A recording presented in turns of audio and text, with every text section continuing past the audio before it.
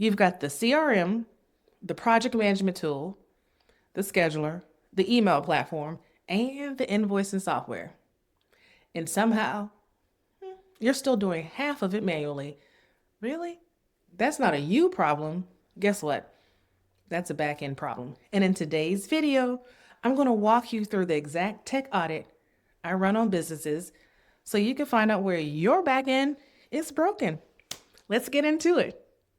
So I see this pattern constantly: incredible talent, solid offers, decent revenue, and a tech stack that's held together with duct tape and prayer. Oh my. And if you ever thought, I'm paying for all these tools, why does everything still feel hard? I'm tired. I'm doing everything. Let's fix it. This is for you. And guess what? No judgment. We've all been there because let's just be honest, business is hard. And there's a lot of tools out there, and that shiny object syndrome gets all of us. Nobody is perfect. Here's what a broken back end looks like: you're paying 6 to 8 tools, but only using 30 to 40% of the features.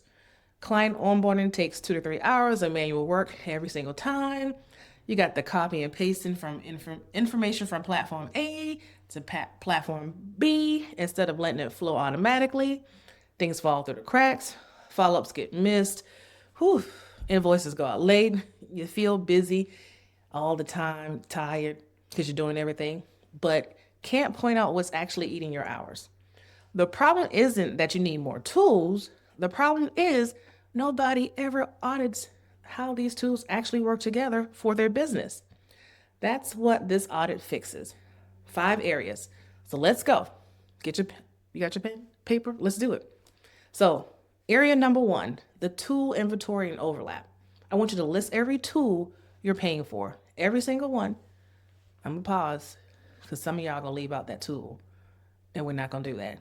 List them all. Go to your bank statement, pull your credit card statement, make a spreadsheet, Google Sheets, Microsoft Excel, whatever your favorite tool is, okay? And for each tool, ask 3 things.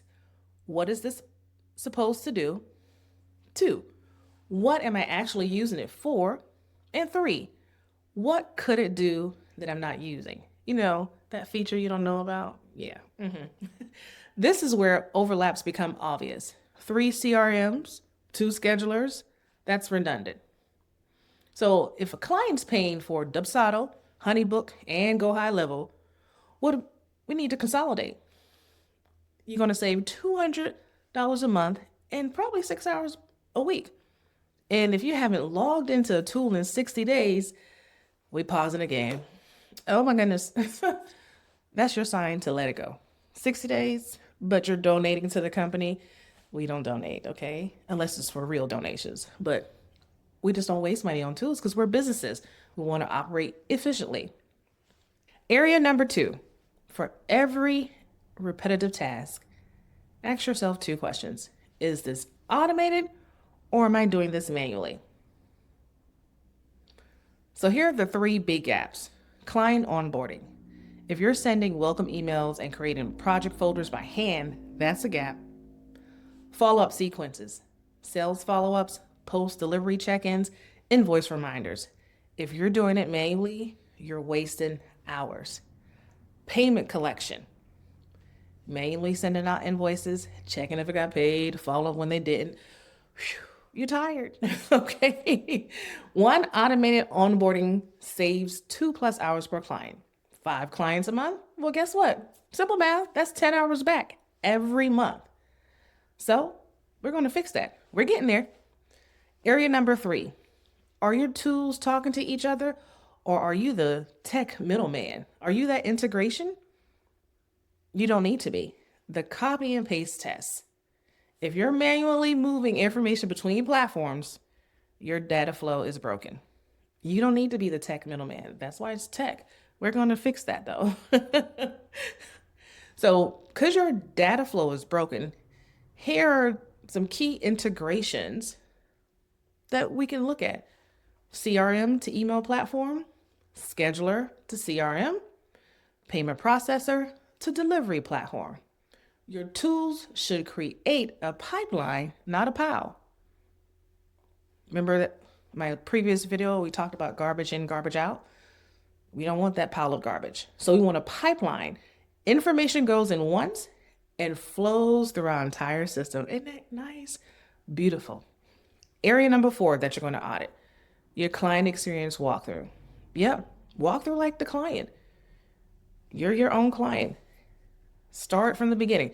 How does your client first contact you? After they contact you, do they get an automatic DM, email? What is the communication method? Are you sending them a personalized video? Walk through your business as if you are the client so you can know how it feels. Start with your website. How do they book? What happens after they book? What does the onboarding process look like? How do they access what they paid for? At every step, where's the friction? Where are your friction points? So here are some common breaks. You have the slow proposal turnaround because you build everything from scratch. Confusing onboarding where clients don't know what's next. Like, should I call her or should I wait for her to follow up in an email? If your client is saying that, you don't have any automatic check-ins that makes your clients feel like, did I pay for a service and she ghosted me? And we don't want to get ghosted in 2026. Those days are over, okay? So manually scheduling back and forth, that's another area that you can fix. Your client experience is your back end. If it feels messy to them, it's costing you referrals and repeat business because somebody's going to tell somebody and it's going to tell somebody that tells somebody. Okay. And last area number 5. This is your time leak analysis. I know, y'all know I like some homework, right? So I'm going to give you some homework. But all this is homework. But this part is the extra important part. I need you to track where your hours are actually going for 1 week. I said it. I'm sorry. But not where you think they're going.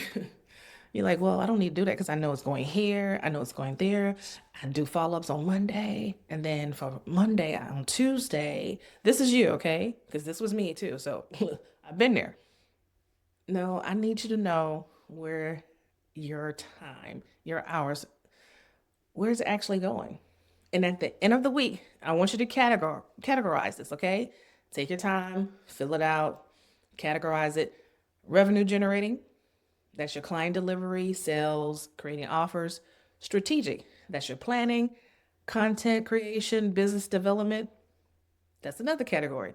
Your third category, operations, managing systems, admin, logistics, and the other category, task switching, email and interruptions. Okay. So those are your areas, and be truthful. Take your time and be truthful with this exercise because the goal, at least 60% of your time should be 2 areas, revenue generating or strategic.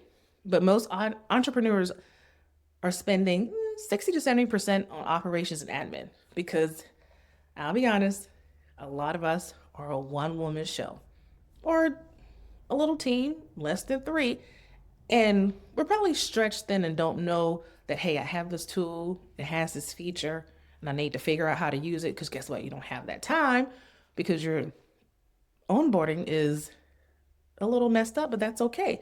It's fixable. Nothing we're talking about is not fixable. So here's the mom math. If you work 40 hours a week and 60% is operations, that's 24 hours on back-end work. At a rate of $150 an hour, that's $3,600 a week in opportunity costs. That's $14,400 a month you could be earning if those hours were freed from client delivery or sales. That's what this audit fixes. It pulls operations work out of your hands and put it back into the systems. Give it to the robots. Give it to that tool that you have on your bank statement that you didn't realize you had. Give it to that. You can run this audit yourself. I just gave you the framework. Easy, right? So I want you to pause the video, open your Google Doc or your Microsoft Word, And I want you to start with area one. Make the list. Don't be afraid. Make the list. If you want a head start, I got something for you. You can grab my free 15-hour work week audit. It shows you exactly where your hours are going right now, so you know what to fix first. I know it is a lot to do, but this is the part that nobody wants to do. And at the end of the year, you have spent $5,000 on a software that you didn't use but the email feature for. Do we really want to waste that money? No, we do not. So in 2026, we're going to automate and elevate so we can get hours back so we can live life, get some free time, go on a trip, spend time with your hubby, your loved one. You know, you got to do this. We want to live a wholesome life and not be behind the computer 24/7. So the link is in the description. And if you're thinking, Kendra, you and this homework girl, I don't have time to fix it myself, that's the whole problem. And I hear you. I really do. I run full operations audits where I go through your backend. I get nosy, okay? I get real nosy and I hand you a prioritized roadmap.